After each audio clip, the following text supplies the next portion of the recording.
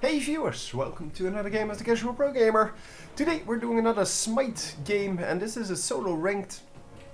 And I don't even know who's in this, so whether there's any famous people in this. Hang on. Yeah, I don't know any of these guys. So let's search for the other team then. Probably not though. I mean, realistically speaking, I just picked a match that that I thought would be interesting, and we're going to go with Anhur here. Yeah, why not? I have no clue what's going to happen this match, so normally I look a little bit at what's happening, but I actually wanted to take another match, but apparently it was already deleted from the servers. I don't really know why, because it is still in the top recorded matches, but it just doesn't want to start. So maybe there's just a little problem. I don't know. I don't really care either.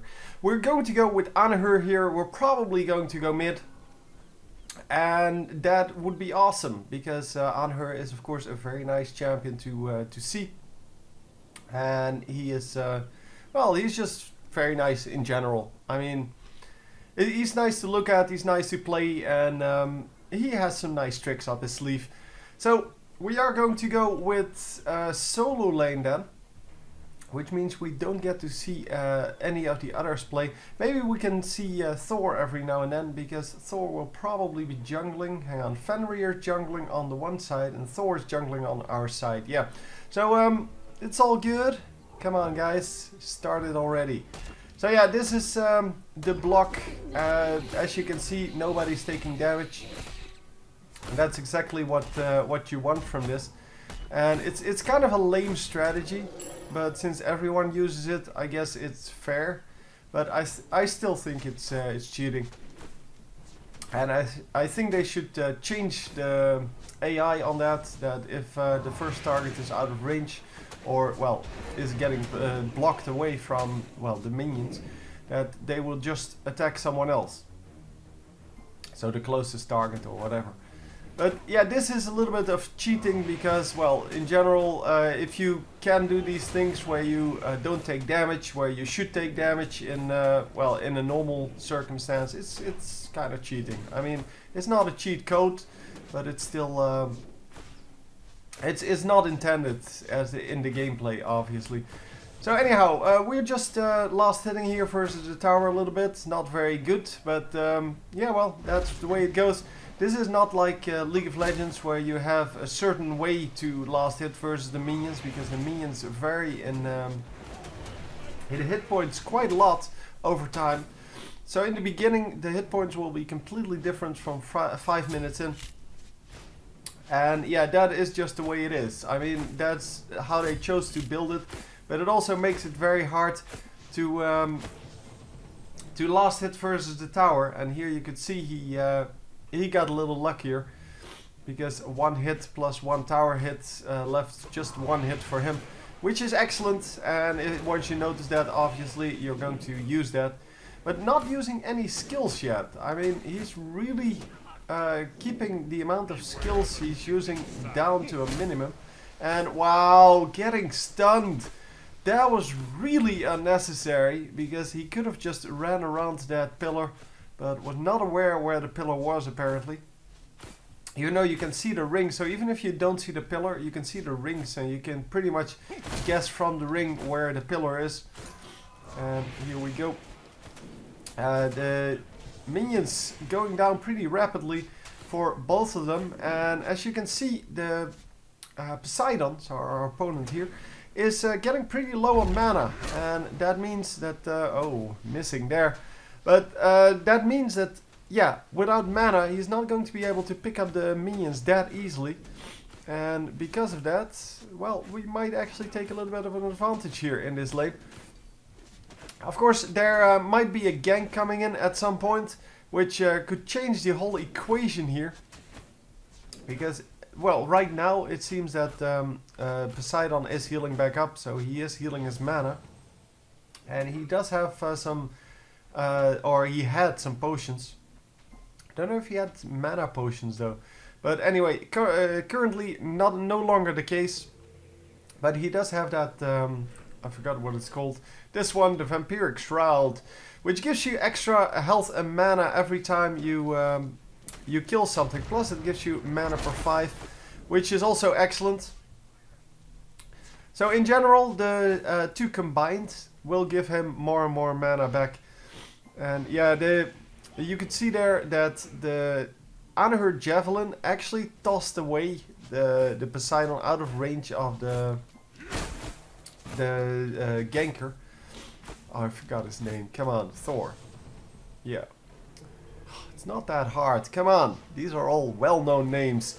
Anyhow, we are picking up the minion wave and then pushing that into the tower. Which means that the tower is going to take like 10% damage. I don't know. Something like that.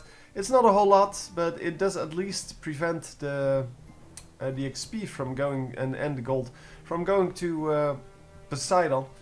Obviously, there's nothing more you can do at that point.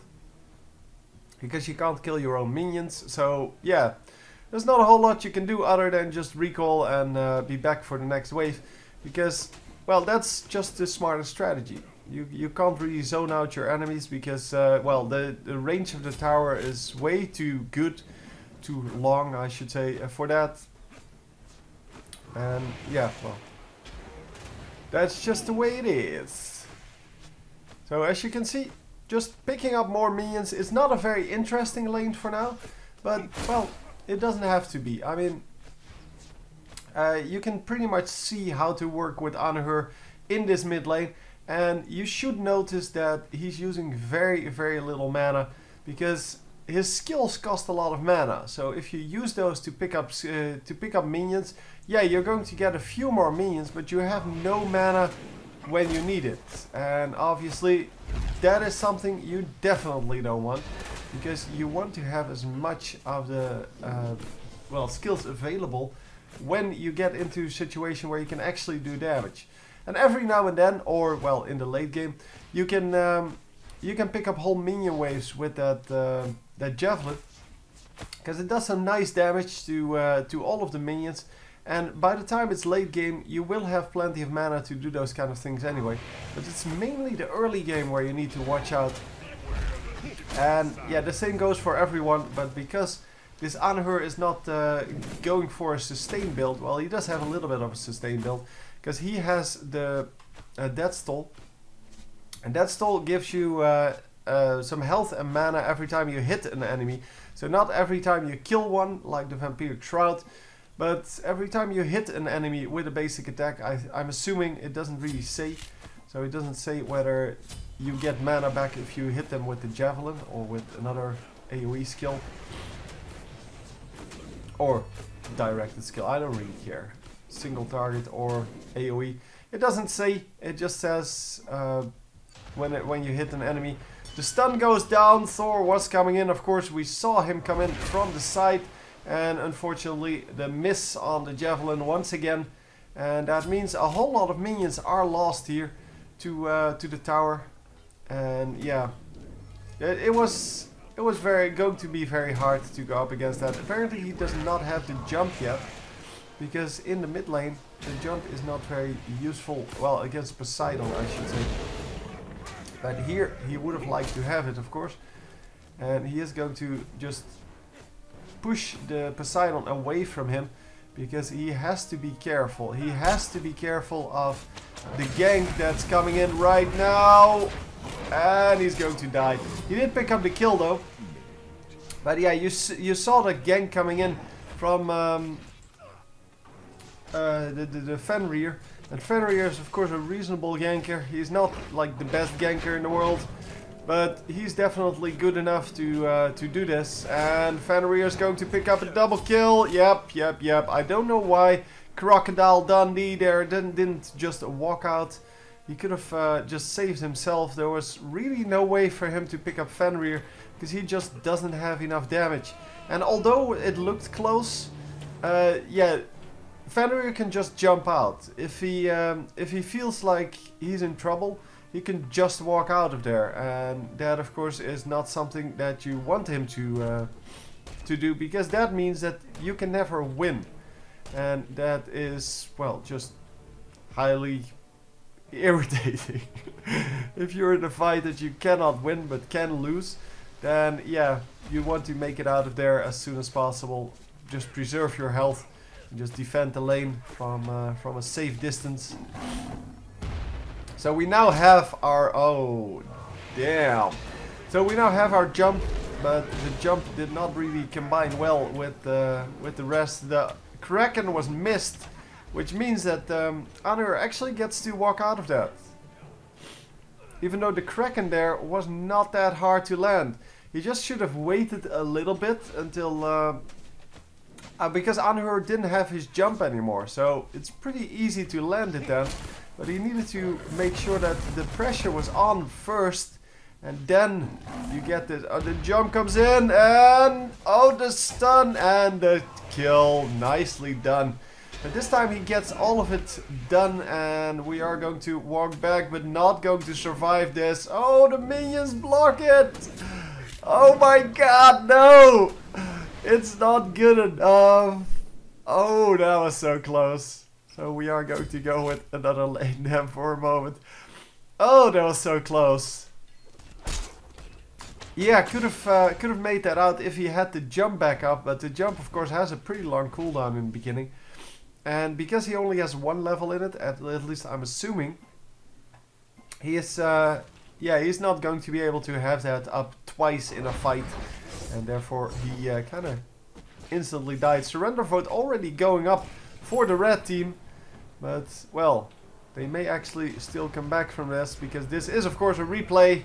And replays are mainly comebacks. So we're going to have to see how that works out for them. Currently they are 4k gold behind, and that is normally pretty much enough to, well, to win. Because 4k gold at this early stage, yeah, that is pretty much a whole lot. Oh, Thor is getting really low. They do pick up the kill. Once again by Anhur, by the way. A nice javelin this time. This time it was a javelin right on at the same time that he landed with his jump. And that is of course something you need to master as Anhur. When you jump, you need to turn to your target and hit that javelin, because it is the best way to get CC off, well, with that stun. And if you can combine that with other skills, obviously that's going to be very nice to have.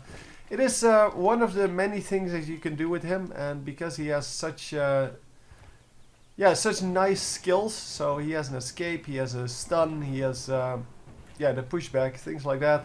And look at this ward placement.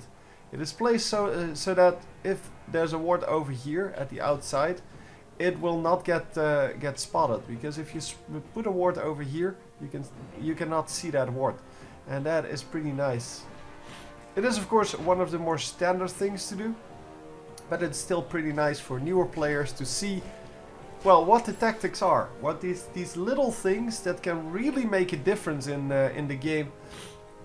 Yeah, what they look like and why people do them. And as you can see, we are picking up some buffs with both teams, and we're going back to Anhur.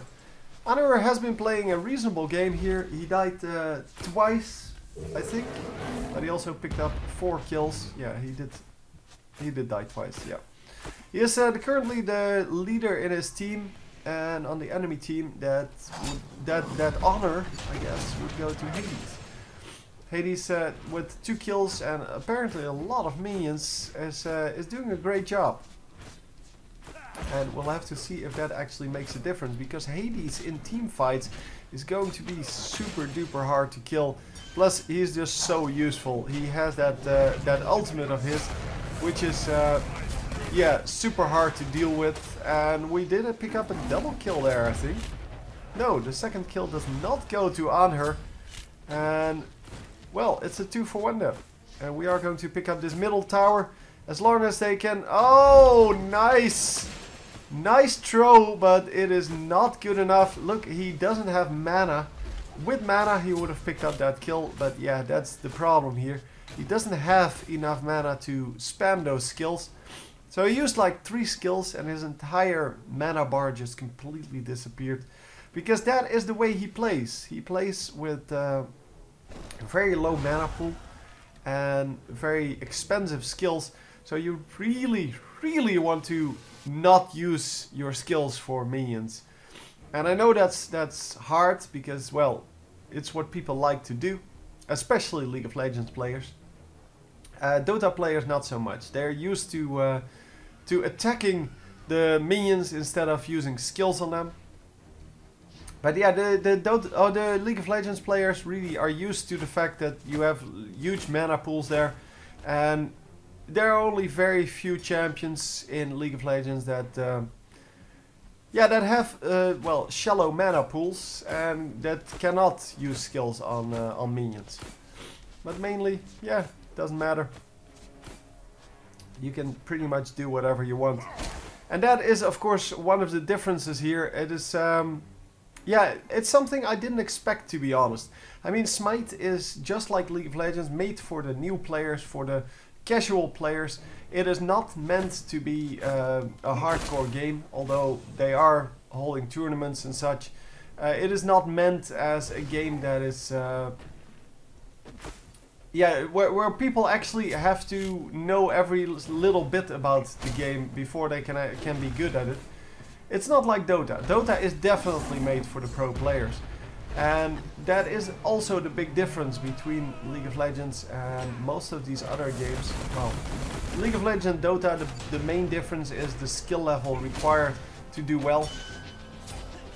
And we are going to pick up a double kill, well, not so much for Anhur, but for this team. And is Thor going to get out though? Oh, he picks up the kill, nice. And Thor did get out. Wow.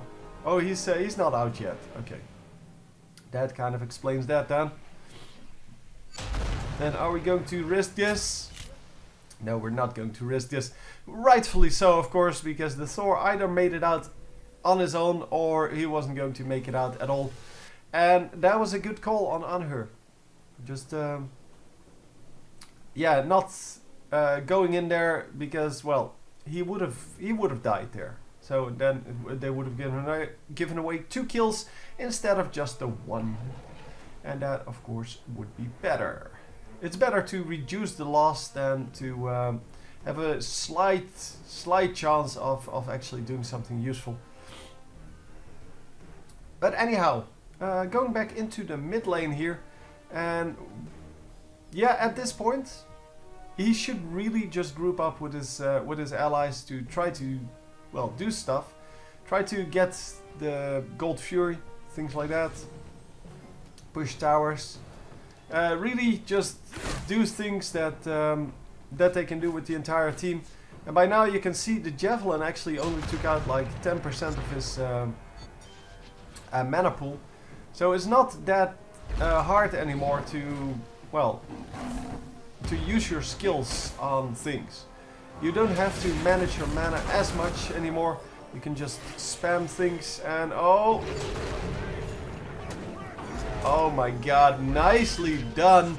First he used the immunity from beads, from the purifying beads to get away from the doggy, from the ultimate of Fenrir. And then he used his invulnerability of the Aegis Amulet to not get hit by the Kraken, and both of them worked out perfectly. So instead of dying twice there, he was, yeah, safe. And well, he did use up some pretty nasty cooldowns, because they are some pretty high cooldowns, and that is of course very hard to get back, but that's quite alright. So Ymir is still in a little bit of trouble, but not in enough trouble, I believe. I don't think he's actually going to die here. No, they're all retreating now. Yeah, well, still following the enemies a little bit, but it's pretty much an equal fight. It is 4 versus 4, and since, well, Anhur is still trying to come in, it is not, well, a completely equal fight. However, the Hades goes down here because Anhur comes back in, and there you can see how important it is to heal up every now and then. So even if your team is still in a fight, you might want to just do these kind of things. So you want to Make sure...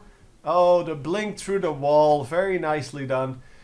Yeah, you want to make sure that you don't really stay in the fight at low mana. Because he was full health, but low mana. Because what you want out of that, basically, is to be as useful for your team as possible. And sometimes that means doing something early on in the fight, recalling, coming back into the fight with full mana, full health, and then doing something useful again. I mean, your team does not require you all the frickin' time. And especially good teams, they will not require you at all. Because a good team will actually notice that you're gone. And I guess that's not my level that I play at. But yeah, a good team will notice you're gone and they will just regroup a little bit, fall back a little bit. And then when you're back, they will re-engage. But in this case, the fight just continued on and on and on. And then when Anhur came back, everyone died, but Anhur was full health, full mana. So he could actually pick up 3 kills there, which totally made it worth it. We are currently 17 to 15, and seeing that we came back from like 10 to 4, that is pretty impressive. We are currently equal, well, just a little bit ahead in gold, so that is also excellent. And the ultimate from Fenrir. Ultimate from the Chariot Boy as well. But Apollo not getting anything done. And we are just going to run out, jump away. And it is going to be hard to escape from these guys. But with the slowdown, he should be able to make it out. Yeah, that pillar of course slows people, or rather the sand around it slows people. And oh, lots of damage done on Hades, but yeah, Hades is building super tanky. Well, not like all tanky items, but look at the amount of damage he can take before it actually matters to his health pool. It is, yeah, it's just a great way to play Hades with some damage, but mainly tanky items. And yeah, he's definitely going for the kills anyway. And he does have those magic penetration boots with extra mana and such. And the other items are all defensive. I mean, this one gives him back health and such, but it also gives him a little bit magic power. And there we of course have physical protection and magical protection. And well, he now has a second purely offensive item, but yeah, he already has the tankiness. You could see how little damage Anhur did, and Anhur has a full damage build, including the penetration on the Executioner and on the boots. So it is really useful to have those little bit tankier items on someone who is supposed to be tanky anyway. But yeah, I see so many Hades players go for like the fully yeah, what's that, magical power build. So they build only magical power, no resists or no protections whatsoever. And yeah, that means that you cannot jump into an enemy team anymore, and that is just very hard to deal with. It is obviously not what you want.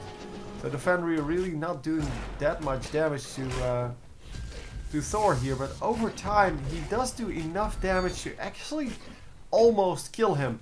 And yeah, Thor is going to get out no problem with his ultimate. He could have used that ultimate straight away to avoid the ultimate from Fenrir hitting him. But yeah, he decided to do it in another way, and this was a good way as well. I mean, he did go very low, but he wanted to try to at least kill this guy, and he did a lot of damage. So now maybe, no, we're not going to be able to pick him up. I wanted to say, of course, maybe the damage that he did actually results in this guy picking up the kill. And yeah, that may also be your goal in these kind of things. Because sometimes it's not, you don't do the damage just for you. The damage will stay on until someone heals. And if someone else comes in after you, then you might actually get it done with that. As a team, of course. And here we go, doing some damage to Hades. Hades is in trouble now. Yeah, he got stunned way too long. And actually took quite a bit of damage before he could move again. And that of course is not very good for you. and he managed to get himself killed. But it is very useful to have these jumps, because all of these jumps will make sure that you can that you can surprise people. So that's also why Thor is such a popular jungler at the moment, because Thor is one of those champions that doesn't have to come in from the side, so through one of the paths, I guess, to just kill someone. No, he can just use his ultimate to get in the air and then gank whatever he wants from afar, and that is very hard to deal with, especially because, well, you probably don't have vision on him, so unless you can hear him charge up his ultimate, you're not going to be able to defend against that, and that is just very strong to have. So anyway, we're going to pick up the Fire Giant. We are currently still equal with the enemies in gold, and of course the kills really don't matter at this moment. It's 20 to 21, I just noticed, but so we're equal in kills as well. Now we're 1,000. No, not even. Wow, now we're equal in gold. Okay, it's about 300 gold between the two teams, and that is pretty low, seeing that it's 46,000. Plus, they were so far ahead, the red team. Sorry, behind. The red team was behind in the beginning. So, we might actually be able to do it here. At this point, it's pretty much a coin toss who's going to win, and I guess it's all about which champions are fed and which champions are not so fed. And so we see on the blue team that Apollo is really lacking in farm. Well, not so much in the number, I guess, because I just noticed his position in the team. His position in the team is number 4. And then I noticed how much difference there was with the Ymir, so he did pick up most of the farm anyway, because he has 9,200, but he should be at 10,000, just like the top players on this team, on both teams. He's just very far behind, and Poseidon, of course, is going to do massive amounts of damage, just like the Hades, and a fed Hades can actually win you the game, so I'm really looking forward to that in the late game. The Sobek being fed is really useless, so Sobek being at the 2nd place, obviously the Anhur is at the 1st place with 10 kills and 3 deaths. So the Sobek is really not going to be useful at all. It is more the Thor and Thor, a little bit of Odin, and of course the Anhur. Those are going to make the difference, but it seems that the gold is so close between the 3 guys that they switch positions all the time. So all in all, it would have been better if some more kills were on Thor, but it shouldn't matter too much. Just that the Sobek took a lot of farm, and that of course is something that you normally want to avoid. You normally want to make sure that your carries are fed. Sorry, and not your tank. Your tank can do a little bit with gold, but not nearly as much as someone who actually is building damage. So Fenrir just taking out another camp. He is still jungling a little bit. Of course, the buffs are still very useful. Mostly they sold the Boombas by now, but he really didn't. Come on, let me fly through this. Okay, so he wanted to go for the enemy red buff, but that was not going to happen. Let's just follow him. It's way easier. So the Boombas is still here, so he still gets that extra bit of gold. On the enemy team, or on our team, whatever, that's not the case anymore. He sold it to get something else. He's not really too worried about it, apparently. But Gold Fury and Fire Giant still give you that buff. So I guess, I would like to have 25% more gold from Gold Fury. And we are going to just get stunned here. But yeah, we should be able to get out because he is Fenrir. And he did get his ultimate back up just in time, it seems. Oh my god, that was so low. He's still being followed though. And yeah, he does know that he's still being followed. People coming in from behind, but he is going to make it out. The jumps going off were too good. And they couldn't really catch up with him. And are we going to kill the Hades once again? The shielded recall. Oh, beautiful! Shielded recall means that you can recall even if you take damage, but you cannot get disrupted. And yeah, the disruption here from this guy, the Sobek, actually really good. There are two wards here, and they can definitely see each other. So, don't know why they didn't take them out, but I guess they were too busy doing other crap. And we are now in a 2 versus 1 here. I don't know who's going to win this, because, yeah, this should be the red team. Yeah, well, it was the red team. It was, of course, the 2 guys from the red team that actually made it work, but... Hang on, let me rewind that and go back to Anhur, because he did something as well. It should of course always be the guys from the red team, but I was wondering whether Fenrir knew something that I did not know, because he was actually running in there like he knew what he was doing. And yeah, apparently he didn't know what he was doing, because he got killed for really no reason. So I didn't pay enough attention to see where he came from, so maybe he just came through the wall.